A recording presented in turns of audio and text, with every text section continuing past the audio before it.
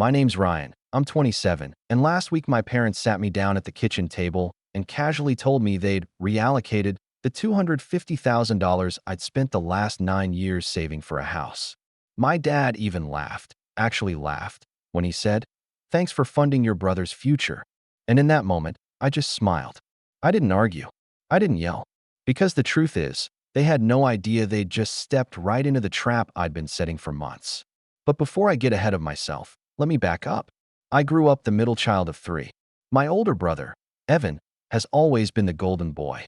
Captain of the football team in high school, straight into a good college, paid for by my parents, first to get married, first to have kids.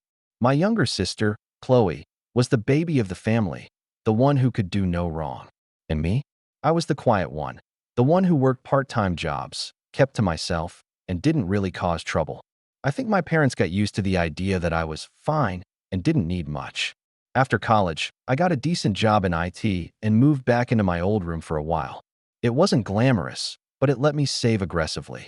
Every paycheck, I put away half. Nights and weekends, I freelanced fixing computers and designing websites. Birthdays, bonuses, even tax refunds, I saved them all. Over 9 years, I built up a nest egg big enough to buy a modest house outright in my area. And here's where things start getting complicated. Evan, the golden boy, had been living a very different life. He and his wife were constantly investing in new ideas, a failed restaurant, a doomed real estate flip, a subscription box startup that never made it past launch. Each time, my parents bailed him out. They'd dip into their savings, take out small loans, even co-sign on credit cards. And every time they'd say the same thing: "He just needs a break." I bit my tongue through all of it. I figured, fine, it's their money, their choice. But about a year ago, things came to a head. Evan announced he was going to open a boutique gym with a wellness cafe attached. He pitched it like he was presenting to Shark Tank, complete with slides. And at the end of his little presentation, he looked right at me and said, "You could be our tech guy. Invest some of that money you've been hoarding." I told him no, flat out. I wasn't going to throw my life savings into another one of his half-baked ventures. He sulked for weeks after that, telling everyone I was selfish and not a team player. My parents didn't say anything at first, but I could tell they agreed with him. Then, a few months ago, my mom started dropping hints. Little comments over dinner like, "You're young, you'll make it back," or "Family should help each other out."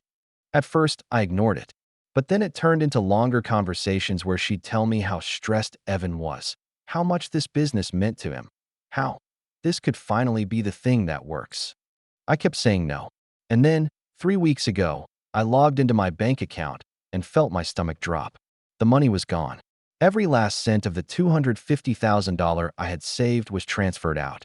My heart was pounding as I scrolled through the transaction history, and that's when I saw it. A single transfer to an account I didn't recognize. I confronted my parents that night. They didn't even look guilty. My mom just crossed her arms and said, "It's done, Ryan." We had to make an executive decision for the good of the family. I couldn't believe what I was hearing. My dad leaned back in his chair, smirking, and said the line that's been ringing in my ears ever since: "Thanks for funding your brother's future." I felt like the air got sucked out of the room. My hands were shaking. I wanted to scream, to demand they give it back, to threaten to call the police. But I didn't do any of that. Instead, I sat down, took a slow breath, and smiled. Because what they didn't know, what they couldn't know, was that I'd been preparing for something like this. For months, I'd been quietly documenting every conversation, every text message where they pressured me to help the family. I'd moved most of my actual savings to a separate account under an LLC I'd set up. The account they drained? It was bait. But I didn't tell them that. Not yet. Instead, I let them talk. I let them explain how Evan was going to pay me back double once the gym took off. I nodded along, even congratulated them for finally doing something bold. My dad looked smug, my mom relieved. They thought I'd accepted it. That night, I went back to my room and sat in the dark for hours, just staring at the ceiling. Part of me wanted to cry. Another part of me wanted to burn the whole house down. But mostly, I felt something else. A cold, calm determination. I knew exactly what I was going to do next. And that's where things started to get interesting. The next morning, I woke up before everyone else and just sat on the porch with a cup of coffee, watching the sun rise over the backyard. My parents thought they had just solved their problem child. Evan thought he had secured his golden ticket. I knew better. The house was quiet except for the hum of the refrigerator and the distant sound of birds. It was the perfect kind of silence for thinking. I kept replaying last night's conversation in my head. The way my dad's mouth curled into a smirk. The way my mom said, executive decision, like she was running a company, not steamrolling her own son. The way Evan wasn't even there, probably out celebrating with his wife. I let myself feel angry this time. Really angry. My hands gripped the coffee mug so tightly my knuckles turned white. By noon, I had calmed down enough to act like everything was normal. That was the first rule I set for myself. Stay calm, stay quiet, stay patient. I couldn't let them know I was planning anything. If I blew up now, they might try to undo the transfer, might sense that I wasn't as powerless as they thought. That evening, I joined everyone in the living room like nothing happened. Mom was watching TV, Dad was reading the paper, and I just sat down on the couch and asked casually, "So when's the big grand opening?" Mom lit up immediately, happy that I was coming around.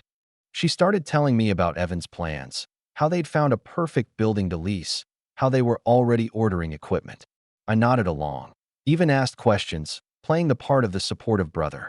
Inside, I was memorizing every detail. A few days later, Evan came by the house, grinning like he had just won the lottery. "Dude, you won't regret this," he said, slapping me on the shoulder. "This gym is going to be massive. You'll thank me when you're sipping smoothies in the VIP lounge." "Yeah," I said with a little smile. "I'm sure I will." What he didn't notice was the small flash drive in my pocket. Earlier that morning, I had backed up every single message thread, every bank statement, every email that showed where the money had gone. I had copies in the cloud, copies on an encrypted drive, and one set locked in a safe deposit box under my name. If things got messy, I was going to be ready.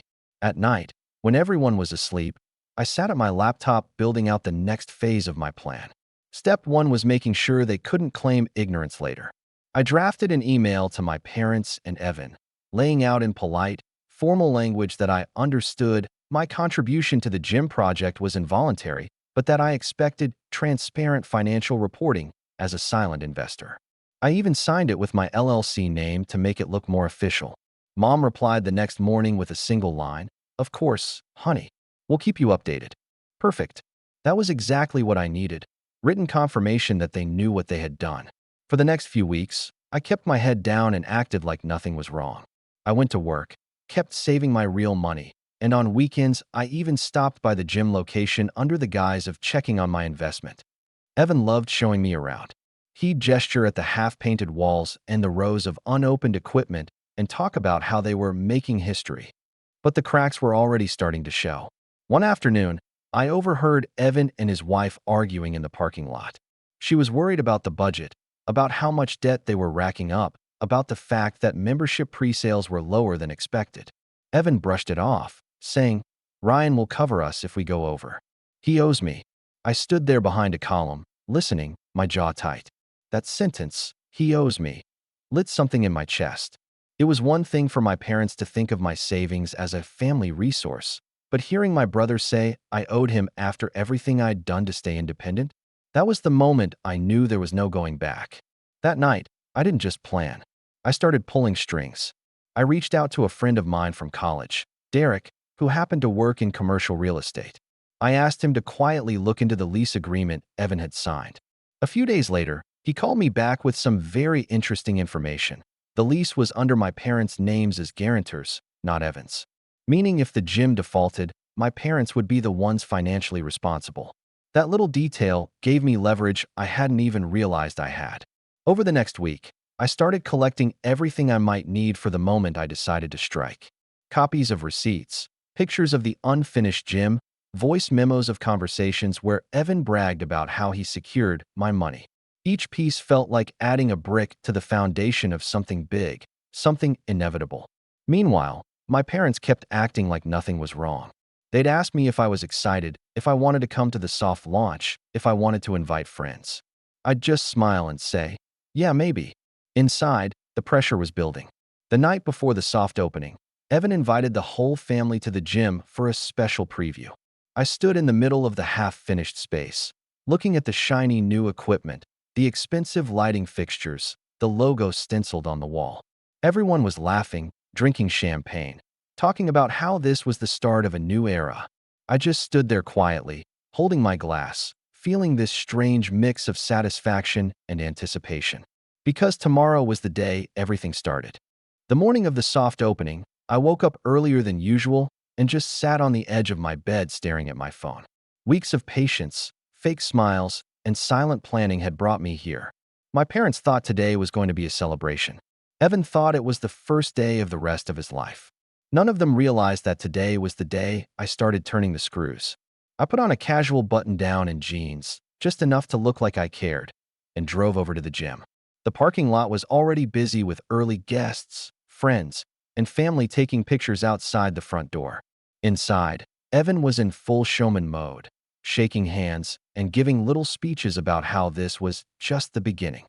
I kept my hands in my pockets, quiet and observant. I walked around, taking mental notes of everything I saw.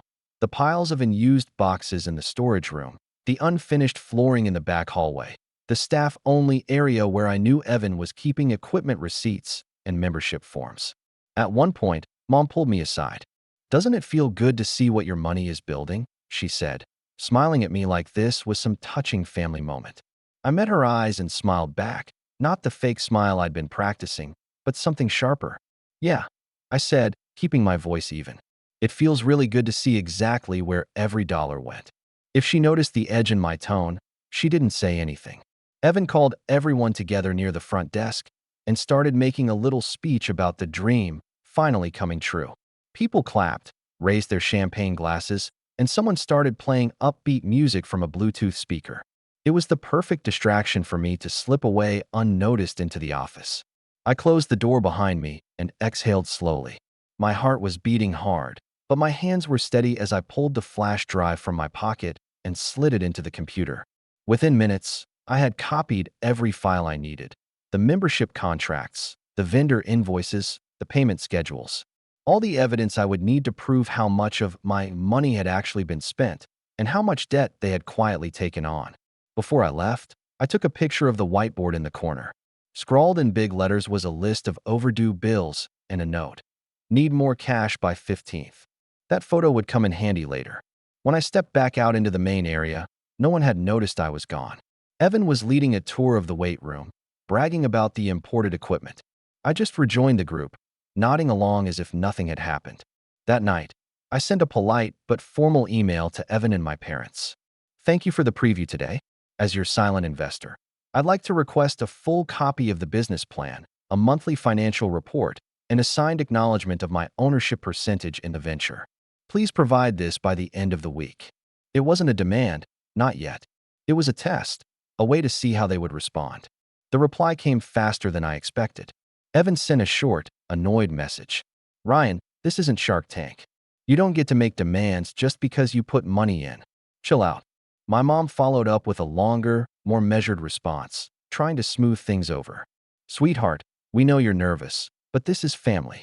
You have to trust us. We'll keep you updated, but we don't need to turn this into something formal. Evan needs room to make decisions without feeling watched." I read the email twice, then closed my laptop and sat back in my chair. They still didn't get it. They still thought this was just about money, that I would grumble, then back down. But I wasn't backing down. Over the next few days, I stayed quiet and started putting the second part of my plan into motion. I scheduled a private meeting with Derek, my real estate friend, and went over the lease agreement in detail. Then I talked to another friend of mine, Melissa, who worked in accounting, and asked her to take a look at the invoices I'd copied from Evan's computer. What she found made me almost laugh out loud. A lot of the equipment wasn't paid for in full. It was leased with staggered payments. And if the business defaulted on those payments, the supplier could repossess everything within 30 days. Even better, the first major payment was coming due in less than 3 weeks. In other words, Evan's dream gym was sitting on a very fragile foundation. I spent the next week gathering more information, quietly but relentlessly. I pulled up county records to check the property details, learned which contractors were still owed money, and even visited the small business association in town to talk, hypothetically, of course, about investor rights in situations where funds had been used without consent. Every step made me calmer, more focused. By the second weekend, my parents invited me over for dinner. I showed up, sat at the table, and listened to them talk about how successful the opening had been, how Evan was already signing up more members than expected. I kept my face neutral, nodding, even smiling. Then my dad leaned back in his chair and said, "See, we told you this was a good idea. You were worried for nothing." I looked at him, really looked at him, and for a moment I almost felt sorry. Almost. Because I knew something he didn't. By this time next month, the entire game would change, and they wouldn't be the ones holding the cards. 2 weeks later, I got the call I had been waiting for. Evan's voice on the other end of the line was sharp and irritated, not the usual cocky confidence he used when talking about his business. "Ryan," he said without even saying hello, "we need more money. The flooring contractor is threatening to walk, and we've got a big payment due for the equipment lease. If we don't get ahead of it, we're going to miss the deadline." I didn't say anything for a second. I just let the silence stretch. "Ryan," he said again, his voice a little more urgent. "Finally," I said, "send me the financial reports I asked for first. Then we'll talk." There was a pause on the line. "This isn't the time to play hardball," he snapped. "This is family. You either step up or we all go down together." And that was it. That was the moment I had been waiting for. "I'll send you my decision in writing," I said evenly, then hung up. That night, I drafted the email that would light the match. "Dear Evan and Mom and Dad, as requested, I am following up on my previous communication. Since I have not received any formal documentation or acknowledgement of my ownership in the gym, and given that the funds were taken from me without my consent, I am officially demanding full repayment of the $250,000 within 14 days. If repayment is not made, I will proceed with legal action to recover the funds, including but not limited to filing a police report for unauthorized transfer, contacting the bank's fraud department, and pursuing civil action for misappropriation of funds. Please note that I have already documented and preserved all relevant evidence, including bank transfers, text messages, and email conversations, as well as photos of the gym and its current financial liabilities. I will also be notifying your equipment supplier, landlord, and contractors of the disputed funds and my lack of consent as an investor. I am happy to settle this privately, but only if repayment is made in full by the stated deadline. Regards, Ryan." I sent it to all three of them, CC'd my LLC email address, and sat back in my chair feeling the calmest I had in weeks. The fallout was almost immediate. My mom called first, panicked. "Ryan, what are you doing? You can't just threaten your own family like this." "You took my money without asking," I said flatly. "This is me asking for it back, nicely. Your father and I just wanted to help Evan get a leg up," she pleaded. "He has a family to support." "So do I," I cut her off. "And you made that choice for me without even asking. Now I'm making mine." She started crying, which was hard to hear, but I didn't back down. "I'm giving you 2 weeks," I repeated. "After that, this goes legal." 2 days later, I got a furious call from Evan. "You're insane," he shouted. "You're going to ruin everything. If you do this, the gym will go under. Mom and Dad will be on the hook for the lease, and we'll all be in trouble." "That's not my problem," I said calmly. "You should have thought about that before you used stolen money to fund your dream." "It wasn't stolen," he yelled. "Was it your account?" I asked. "Did you have permission?" The silence on the other end was answer enough. After that, things escalated quickly. My dad stormed into my room one night, his face red. "You're tearing this family apart," he growled. "No," I said quietly. "You did that when you decided my savings were a family slush fund." The next few days were tense. I could feel the shift every time I walked into the house. The glares, the whispered conversations that stopped when I entered the room. I didn't rise to any of it. I just waited. Day 10 of the deadline, I got an email from the gym's equipment supplier confirming that they had received notice of a potential financial dispute and were monitoring the situation. Day 12, the flooring contractor called me directly, asking if I knew when payment would come through because they were ready to file a lien. I politely told them to contact my parents, as they were the lease guarantors. By day 14, I hadn't received a cent from anyone. So, just as I promised, I filed a fraud report with the bank and provided copies of every piece of evidence I had. I contacted a lawyer and sent a letter of intent to sue.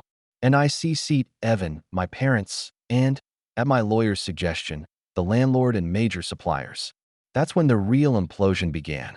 Evan called me in a panic. "You've doomed us," he said, his voice shaking. "The landlord just called.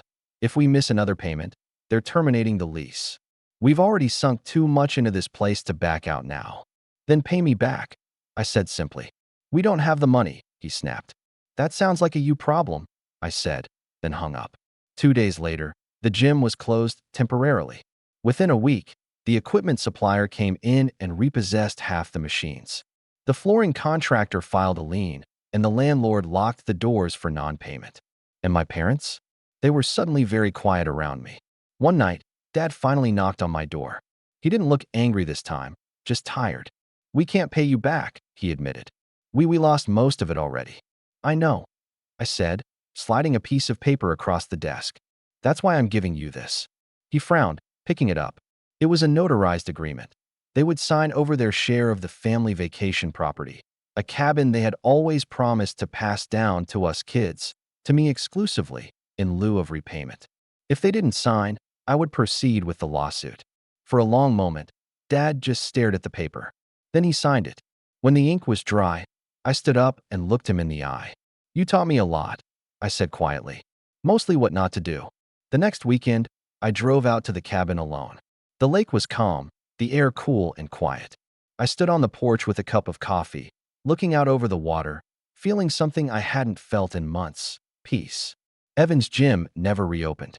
My parents eventually had to sell their house to cover the debts from the lease. We barely speak now, and when we do, it's polite, surface-level conversation, nothing deeper. But every time I unlock the cabin door and step inside, I think about that night at the kitchen table, about my dad's smug little laugh, about the way they all thought I would just roll over and take it. And I smile. Because in the end, I didn't just get my money back. I got my freedom. If you've enjoyed this story, let me know your thoughts in the comments below.